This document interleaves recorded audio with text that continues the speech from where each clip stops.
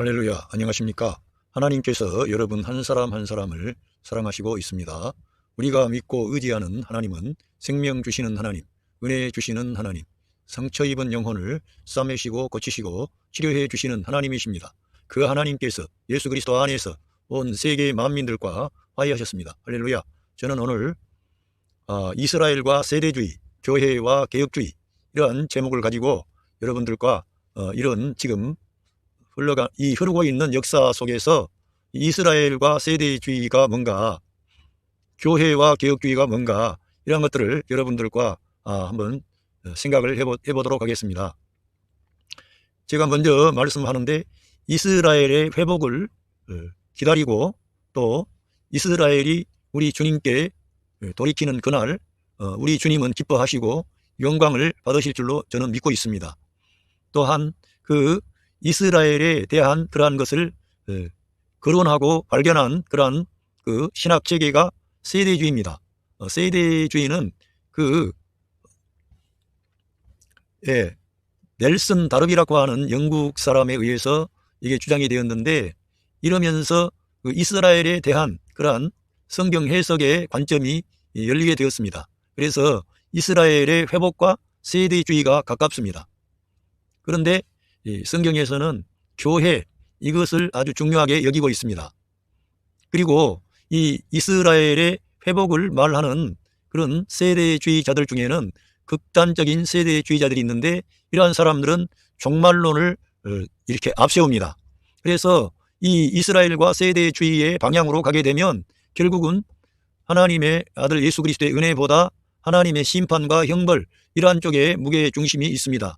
그래서 이스라엘과 세대주의, 이러한 게 가깝고 교회와 개혁주의가 가까운데, 이 교회는 하나님의 말씀에 따르면 이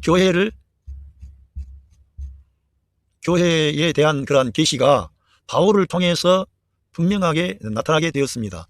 우리 예수님께서 이 세상에 오셔서 베드로에게 내가 내 교회를 반석 위에 세우리니 음부의 권세가 이기지 못한다 하심으로, 우리 주님께서 교회를 베드로의 신앙 고백 위에 세우시겠다는 겁니다. 베드로 위에 세우는 게 아니고.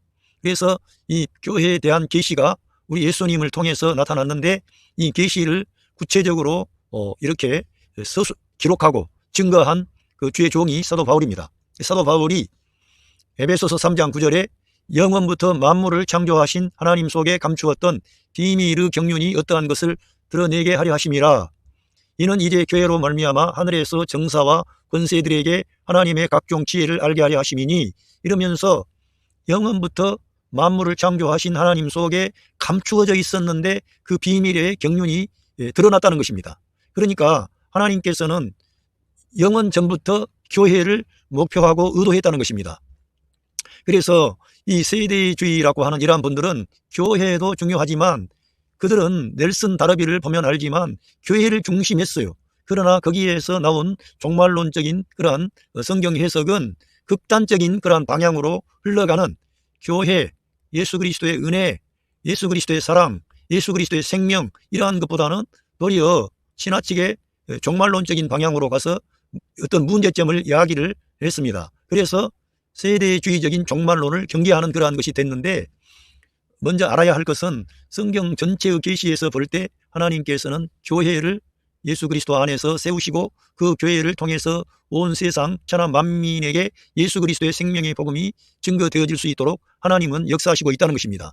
그래서 저 개인적으로 저는 이스라엘의 구원을 바라고, 제가 로마서 9장, 10장, 11장을 말씀을 증거하면서 계속해서 하나님의 말씀을 통해 볼 때 하나님께서는 이스라엘을 버리지 아니하시고 회복하신다는 거예요.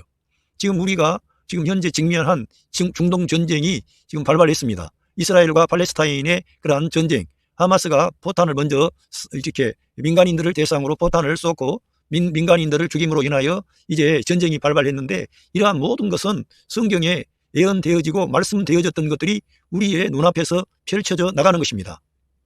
그런데 이러한 세대주의적인 종말론에 대해 관심을 가진 분들은 이 모든 것을 그런 방향으로 몰아가므로, 이제는 그 세대주의에 가까운 곳에 위치한 그런 사람들은 과거에 해왔던 모든 교회의 역사를 전면적으로 부정을 하고 백투더 이스라엘 그래 해가지고 이스라엘로 돌아가자는 그러한 운동을 전개합니다. 거기에 이런 메시아닉 주라고 하는 브레드 TV에서 유대인들의 구원에 대해서 방송을 하고 있는데, 이런 메시아닉 주라고 하는 그러한 곳은 다시금 유대 종교로 환원하는 것입니다. 바울 사도가 그렇게 반대했던 그러한 것에 유대 종교로 유대의 어떤 안식일, 그리고 토라, 그리고 모든 달과 절기, 이러한 것들을 가지고 유대인들만이 아니라 모든 이방인들도 그러한 방식으로 하나님께 나아가야 된다는 것을 주장하므로 결국은 사도 바울 때에 들어왔던 그 유대인들과 별반 다를 바가 없습니다. 저는 그런데도 불구하고 그 많은 유대인들이 우리 예수님을 구주로 인정하는 것에 대해서 너무 하나님께 감사하고, 하나님께서 그들의 마음의 문을 여시고 우리 예수님을 구주로 그리스도로 시인하고 인정하게 된 것에 대해서 너무나 감사할 뿐입니다. 그러나 그렇다고 해서 전면적으로 메시아닉 주라든가 이 세대주의의 종말론, 그런 방향으로 그렇게 가서 교회도 안 보이고 그렇게 되어서는 안 된다는 것입니다. 하나님의 갈망과 목표는 교회라고 하는 것입니다. 교회를 하나님은 영원 전부터 이 교회를 하나님의 어떠한 뜻 가운데 계획하시고 그리스도 안에서 세우실 것을 예정하시고 작정하셨습니다. 그래서 그 교회를 세우시기 위하여 하나님께서는 하나님의 사람 아브라함을 불러내시고 그의 아들 이삭과 야곱과 더불어 언약을 제정하시고, 또 이스라엘 민족이 그 모세를 통해 율법을 받아가지고 하나님의 택한 백성이 되었습니다. 그리고 그들은 너무나 많은 고난과 역경을 통해 그리스도, 또 메시아이신 그리스도 우리 주 예수 그리스도의 길을 예비했습니다. 제가 유대인들이 메시아닉 주라고 하는 그러한 것의 용어를 쓰는 것은 제가 그렇다고 생각합니다. 유대인들이기 때문에. 또 예수님을 우리는 예수님이라고 부르고 또 그리스도라고 하는 데 비해서 그들은 메시아, 그러니까 히브리어로 그리스도가 메시아입니다. 그런데 이러한 용어를 가지고도 또 꼭 그렇게 용어를 사용해야 된다, 이것도 지나친 것이고요. 또 현재 많은 그런 이스라엘을 축복하고 이스라엘의 회복과 구원을 바라는 사람들이 메시아닉 주가 말하는 그러한 방향으로 가서 다시 유대 종교로, 유대 율법으로 토라를 지키고 이러한 것이 아니라 예수 그리스도를 믿는 믿음의 사건이 가장 유일한 것이며 그리스도 안에서 율법은 성취되었다고 하는 것입니다. 그러한 것을 통해서 우리가 접근을 해야만이 지금 우리 앞에 펼쳐져 있는 많은 이러한 문제들을 우리가 보면서 우리가 어떻게 태도를 취해야 되고 어떠한 방식으로 믿음의 생활을 해야 될 것인가가 나온다는 것입니다. 그래서 하나님께서는 이렇게 곧 영원부터 우리 주 예수 그리스도 안에서 예정하신 것이라 이 교회를 예정하셨다는 거예요. 그러니까 이 비밀이 크도다. 내가 그리스도와 교회에 대하여 말하노라. 하나님의 영원한 갈망과 목적은 교회라고 하는 것입니다. 이 교회를 세우시기 위하여 이스라엘 민족을 하나님께서 일으키셨어요. 그래서 그들이 그리스도의 길을 예비하고 했지만 그리스도를 거부한 거예요. 거부하고 그리스도를 등졌기 때문에 하나님의 사람 바울을 일으켜서 이방인의 선교를 함으로 온 세계 만국에 이제 그 그리스도의 복음이 증거되어지고 그리스도의 몸된 교회가 일어났습니다. 거기에는 많은 문제가 있었습니다. 그런데 이스라엘과 세대주의에 가까운 대체 이런 교회와 개혁주의 이런 신학을 가진 사람들을 대체 신학이라고 공격하고 있는 그러한 사람들은 그리스도에 대한 그리스도 중심의 그러한 것보다도 다시금 율법주의로 그렇게 돌아가는 그러한 약점이 있다는 거예요. 그래서 우리들은 이러한 것들을 이 시대에 우리가 구분을 해서 정말 하나님께서 원하시는 것은 그리스도의 몸된 교회라고 하는 것입니다. 그래서 이 교회 안에 그리스도가 교회의 머리가 되시는데 이 그리스도에게 붙어 있는 자는 교회가 되지만 그리스도로부터 떨어져 나가면 교회가 되지를 않는 거죠. 제가 전에도 말씀드렸습니다만 이것은 그리스도를 내가 믿음으로 받아들이느냐의 모든 것이 달려있다는 것입니다. 그래서 이방인들이 우리 예수님을 지금까지 믿음으로 이 교회의 역할을 해왔는데 만약에 이방인들이 우리 예수 그리스도 주님을 믿지 아니하고 거부하게 되면 잘려져 나가고 그 자리에 유대인들이 접붙여질 수 있다는 것입니다.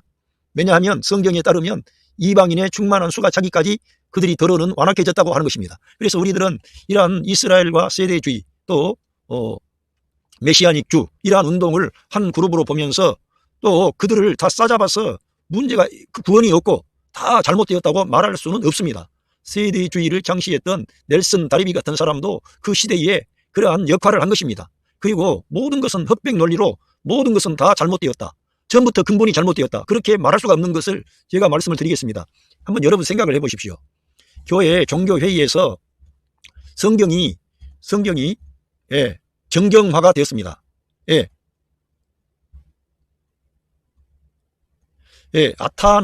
아타나시우스라고 하는 이 신약성 정경 27권의 목록을 처음으로 마련한 그 알렉산드리아 교회의 감독인데, 예, 그러니까 AD 367년에 자기 교구의 여러 교회에 부활절 서신을 보내면서 오늘의 신약성경 27권과 동일한 목록을 제시하였습니다.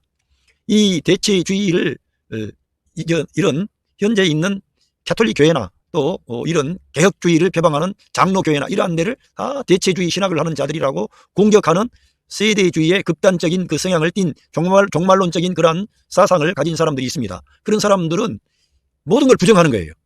이 가톨릭에서 325년경에 니케와 그 신경을 말했는데 이런 것들을 그러면은 다 부정하는 꼴이 되는 거예요. 그러니까 그들은 셀베르투스라고 하는 사람을 옹호하는데 사실은 셀베르투스라는 사람은 문제가 있는 사람이에요. 제가 읽어드리면 칼빈이 셀베르투스를 화형시켰다고 주장하면서 칼빈이 악한 독재자로 묘사하는 사람이 많이 있는데 지금 그런 사람들이 많습니다. 인터넷상에 가보면 완전히 그렇고 또 급진적인 그런 언론이라든가 그런 사람들은 칼빈을 많이 공격을 합니다. 칼빈이 잘못된 사람이다, 악한 자다 이렇게 말하는데 분명한 그러한 어떤 쏠수를 가지고 하는 게 아니라 싸잡아서 그렇게 말을 하는 거예요. 칼빈이라는 사람은 자기 묘비명을 쓰지 말라고 할 정도로 하나님 앞에서 겸손한 사람이고 그 시대에 쓰임을 받은 사람이에요. 모든 신학자나 모든 어떤 성경 교사나 완전할 수가 없습니다. 그래서 이 대체신학이라고 공격하는 그런 이런 세대주의 종말론의 편에 서 있는 사람들은 모든 것을 흑백 논리로 보는 거예요. 그래서 초대교회로 돌아가자 그러면서 이 로마 가톨릭의 시작에서부터 니케아 신경이라든가 종교회의라든가 모든 거 다 부정하려고 하는 거예요. 그러면은 이 신약 성경 자체가 교회가 바로 그 사람들이 그렇게 주장하는 모든 성경이 그 신약 성경인데 그 신약 성경이 정경화되고 모든 이 교회에서의 역사적인 과정에서 정경이 이제 수립이 되고 확립이 돼 가지고 이거를 토대로 해서 예수 그리스도의 그 신격과 신성을 우리가 주장하고 그분을 나의 주님으로 영접하고 시인하고 인정하는데 참 이상하지 않느냐 이거지. 그렇게 전면적으로 모든 것을 부정하면서 말할 수 없다는 겁니다. 저 말은. 많은 사람들이 있는데 이미 가톨릭 교회에 의해 투옥되어 사형에 처해질 사람 셀베르투스가 사실 탈옥을 했다는 겁니다. 제네바로 들어와 역시 예수 그리스도의 신성과 신격을 부인하여 삼위일체 교리를 대적함으로 결국 그런 결말이 난 것이고 칼빈은 도리어 셀베르투스가 고통스러운 화형을 당하지 않도록 건의했지만 제네바 시의회에서 그를 화형에 저한 것입니다. 이렇게 제가 알기에는 그렇게 된 거예요. 그런데 이 사람들은 물론 칼빈이 그때 그 제네바 시의 목사로 감독으로 있을 때 그러한 이 불미스러운 일이 있었기 때문에 지적할 수 있어요. 그러나 그 모든 그 배경과 그런 어떤 셀베르투스가 어떤 사람인가를 알고 그걸 말을 해야 되는 거지. 무조건 칼빈이 악마다 이런 식으로 묘사하면서 그러면서 개혁주의 교회 전체를 싸잡아서 매도하고 이러한 것은 문제가 있다는 겁니다. 칼빈을 공격하는 사람은 정확한 그런 그 자료를 제시하면서 해야 되고요. 물론 저도 교회사에 나타난 모든 인물들이 다 올바르고 참되고 올바르다고 보지 않습니다. 그러나 하나님은 이 역사의 주인공으로 우리가 중세 천년 암흑기라 그러지 않습니까? 그런 가운데서도 하나님은 그 가운데 역사하시고 일하시고 하나님의 교회를 지켜오시고 인도하셨다는 거예요. 그런데 그들은 전체를 다 매도해버리고 모든 것은 다 흑백 논리에 의해서 잘못되었다. 저도 마리아 숭배라든가 사제들을 가리켜 신부라고 한다든지 또 그 성인이라든지 이런 가톨릭에서 만들어낸 여러 가지 전통 그런 것들을 동의하지 않습니다. 그러나 모든 것을 흑백 논리로 다 부정해버리면 그러면 개혁교회는 뭐가 또 개혁교회입니까? 개혁교회는 그 밑에 있는 그러한 문제들을 개혁하는 거지 모든 걸 다 부정해버리면 심지어는 삼위일체 교리도 부인하고 그러면 됩니까? 그런데 사실은 이 메시아닉 교라든가 이런 데 들어가면 예수님이 하나님이라고 하는 그런 부분까지는 도달하지 못한 것 같아요. 제가 알기에는 삼위일체 교리를 받아들이지 않는 거예요. 그들은. 그런데도 불구하고 맹목적으로 거기를 따라가고 거기를 지지하자 그러면서 거기에 들어가면 안 된다는 거예요.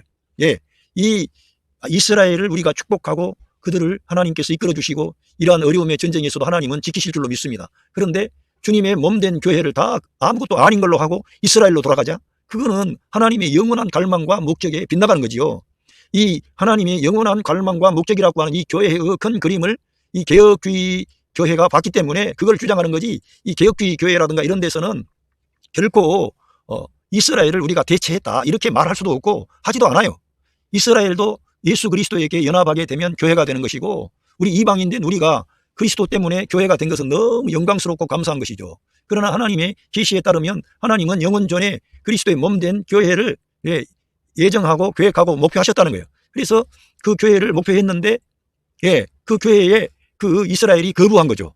초림의 그리스도를 거부한 거죠. 그로 인하여 도리어 그리스도의 교회가 진리 위에 서게 되는 역사가 오면서 이제는 유대인들이 이제 그리스도에게 돌아오는데 그리스도의 그러한 어떤 신격, 신성 이런 것은 이제 그들이 받아들이기 어려운 모양이죠. 단순히 메시아로 구약에 약속되어진 메시아로 받아들이는 거지 우리가 신약 성경을 계속해서 이제 연구하고 읽어나가면 예수 그리스도 그분이 바로 하나님 자신이라는 것을 우리가 알 수 있습니다. 물론 우리들은 성부와 성자와 성령 하나님 삼위일체의 하나님을 우리가 모셨습니다. 그러나 우리 예수님이 똑같은 신격과 신성을 가지신 하나님이라는 거예요. 세 하나님이 아니라 한 분 하나님인데 그 세 아버지와 아들과 성령으로 세 퍼슨이 있다는 거예요. 세 인격이 있다는 겁니다. 그렇게 우리가 하나님에 대해서 어떻게 말할 수 없기 때문에 그러한 방식으로 삼위일체의 교리를 만들어낸 겁니다. 그런데 이러한 것들을 우리가 보면서 이 제시해야 된다는 거예요. 정확하게. 그래서 위키백과를 제가 봤는데 1548년 이 셀베르투스를 제가 검색을 했습니다. 위키백과에서 프랑스로 귀화했다. 그런 진정한 정체가 무엇인지 아는 사람은 없었고 12년 동안 리옹 근처 비엔에서 평화롭게 지냈다. 1553년에는 칼뱅의 기독교 강요에 정면으로 비난하는 기독교 재건이라는 책을 출판하였는데 그 책에서는 콘스탄티누스의 회심으로 시작된 교회와 그러니까 그 로마 황제 콘스탄티누스의 그 회심으로 시작된 교회와 국가 간의 엉켜붙음이야말로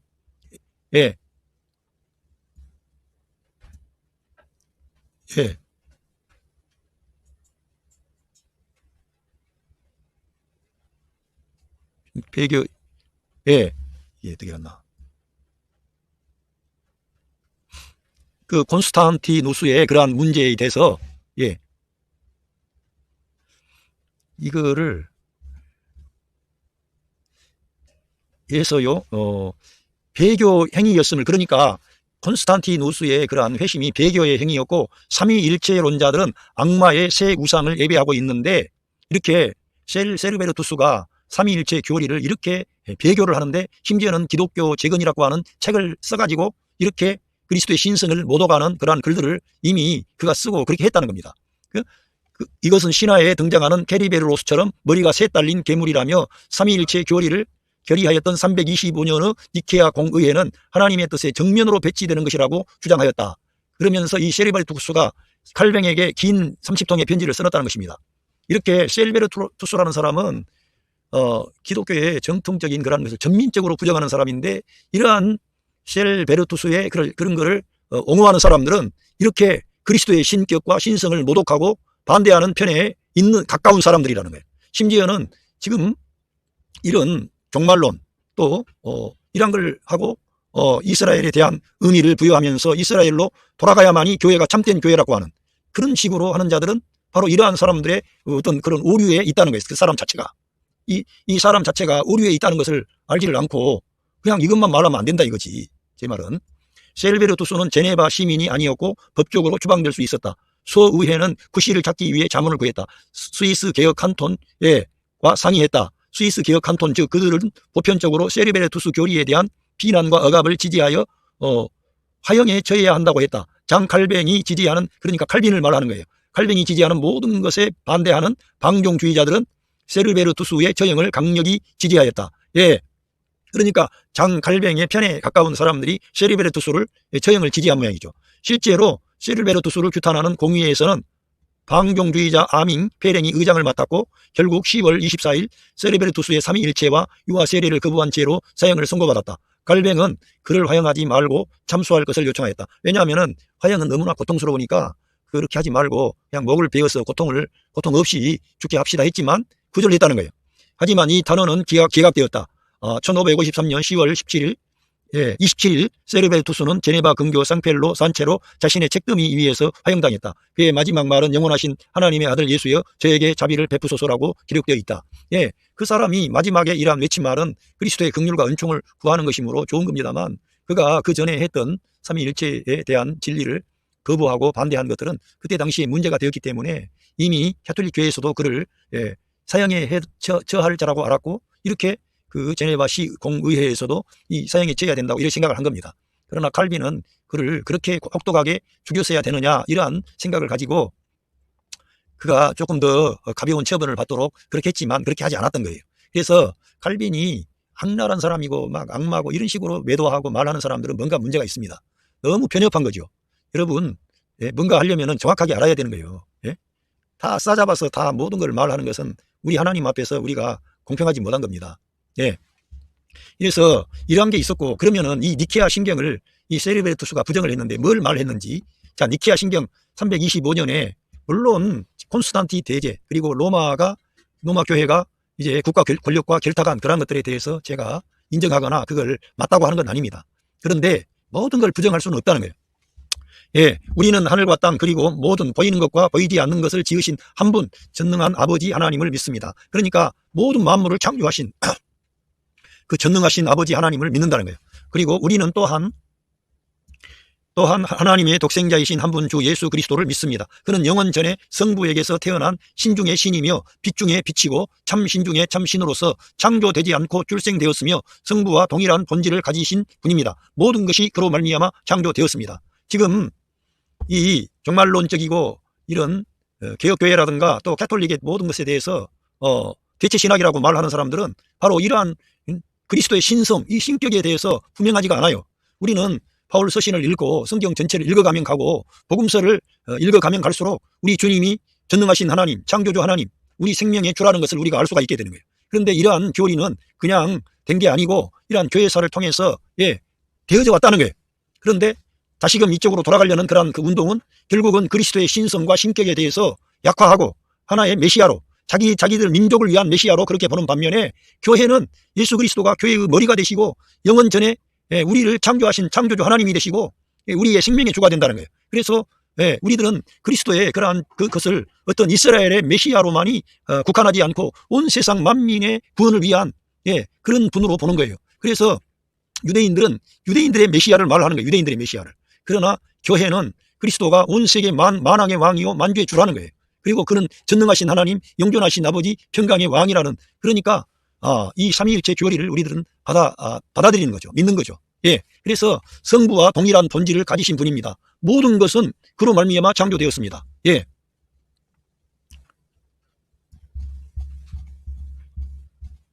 그는 우리를 위하여, 우리의 구원을 위하여 하늘에서 내려와, 하늘에서 내려와 성령의 능력과 동정녀 마리아를 통해 육신을 입어 사람이 되셨습니다. 이러한 것들은 너무나 복음적이고 올바른 그러한 그리스도에 대한 것을 밝히고 있는 내용이죠.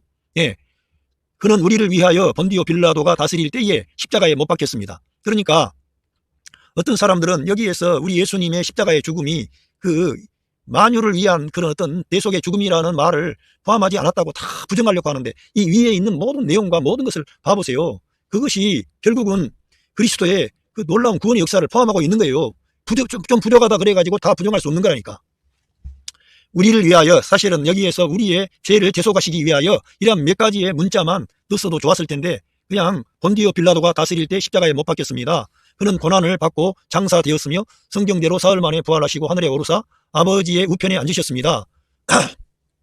그는 산자와 죽은 자를 심판하러 영광 중에 다시 오실 것이며 그의 나라는 끝이 없을 것입니다. 예. 그러면서 이 니케아 신경에서 우리는 또한 성부와 성자에게서 나온 생명을 주시는 주 성령님을 믿습니다. 그는 성부와 성자와 함께 예배와 영광을 받으시며 선지자를 통해 말씀하셨습니다. 이러한 니케아 신경을 이렇게 기록해 놨는데 이 중요한 진리가 되는 것입니다. 이러한 진리가 무너지게 되면 이 기독교 전체가 무너지는 그러한 일이 발생하게 되고 하나의 종교로 전락하는 거예요.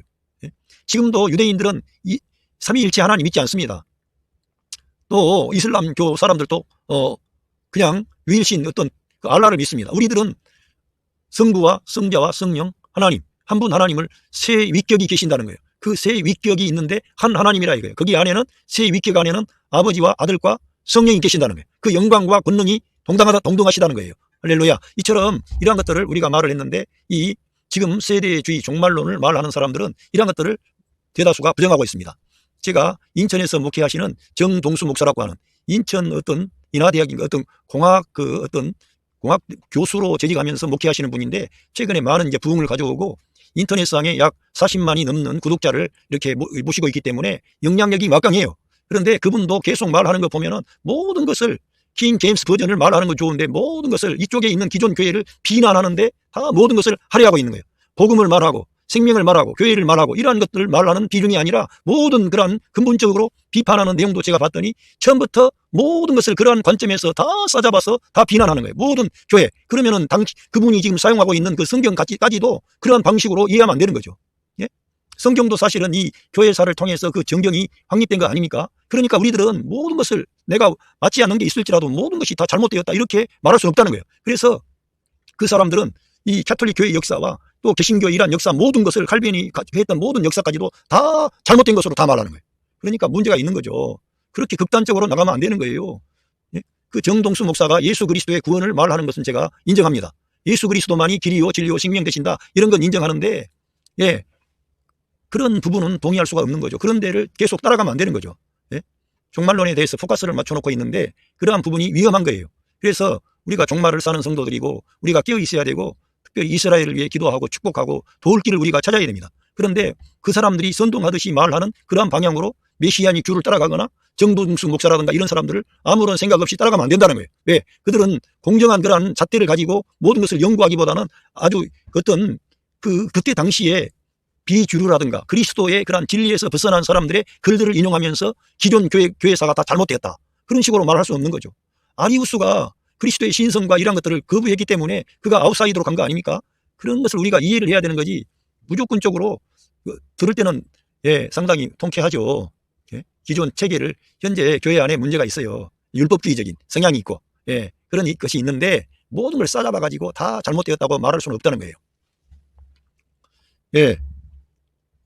제가 이 교회 정경에 대해서는 제가 시간이 너무 갔기 때문에 말씀드리기 어렵고 이런 신약 성경이 교회의 어떤 종교 회의를 통해서 신약 성경이 확립이 되었고 우리에게 주어졌다는 것입니다.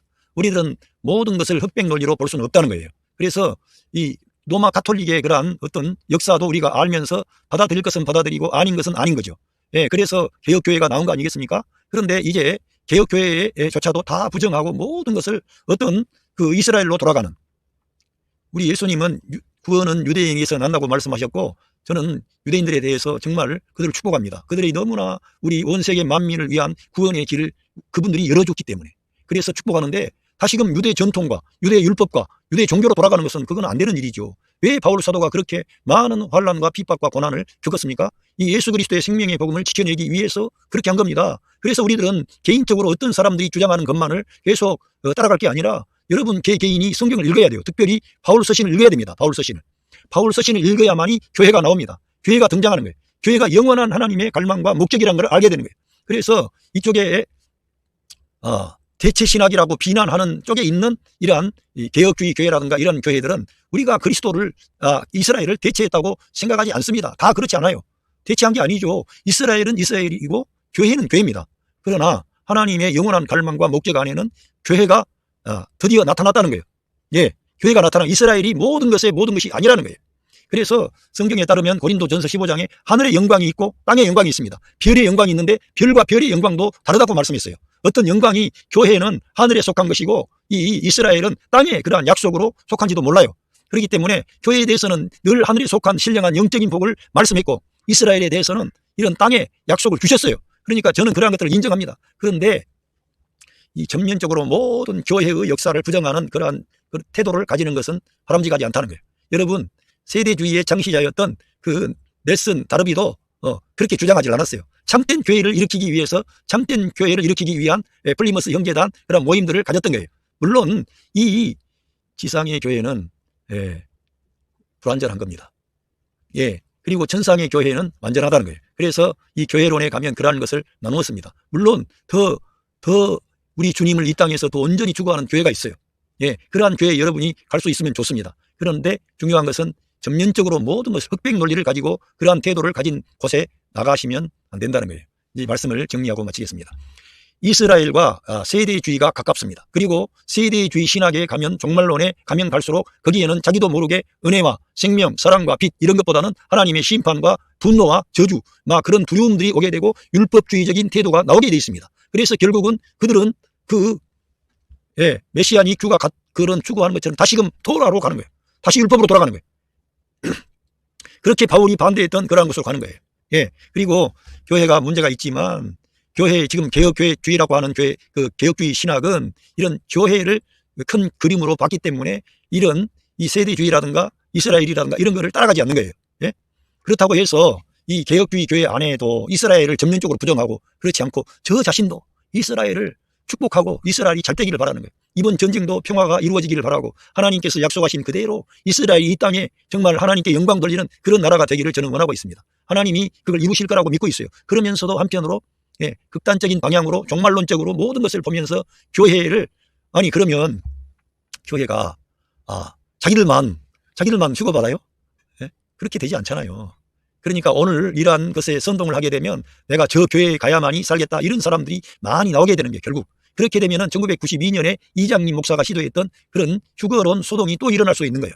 그러니까 우리가 이 종말론적인 신앙을 이제 가져야 되고 교회에서도 사실은 가르쳐야 됩니다. 그런데 이 개혁주의 신앙 안에는 오늘이 종말이라고 하는 그런 그 긴장감을 가지고 이 땅에서 하루하루 사는 것이지 주님의 재림을 대망하지 않고 그냥 이 땅에서 뭐 천년 만년 살 것처럼 그렇게 사는 게 아니에요.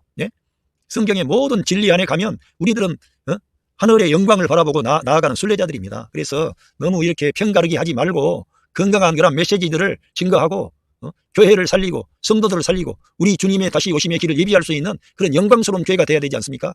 제가 최근에 그 장신대 총장을 지내신 김명룡 교수님이 계십니다. 그분이 온신학이라고 하는 사이트를 개설을 해서 아주 자기가 가지고 있는 그러한 성경 지식을 다 말씀하는데 휴거에 대해서 말씀하시다가 물론 데살로니가에서 그게 휴거가 있어요. 공중에서 우리가 주를 영접하게 하시리니 그러한 말씀이 있는데 그 목사님의 그 사이트에 가서 그런 것도 한번 참조해 보시고 그 교수님 가르침이 너무나 탁월합니다.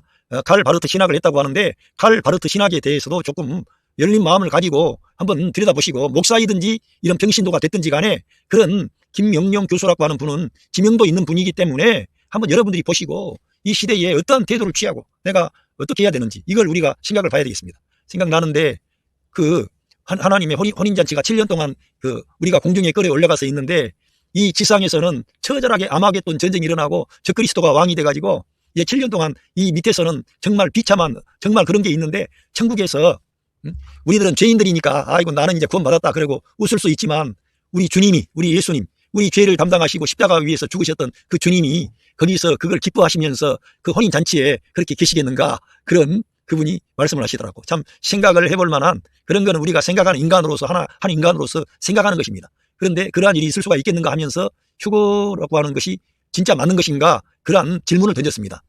그래서 그러한 김명룡 교수님 그러한 분들을 참조해 보시고 지금 이 시대가 지금 긴박하게 돌아가고 있습니다.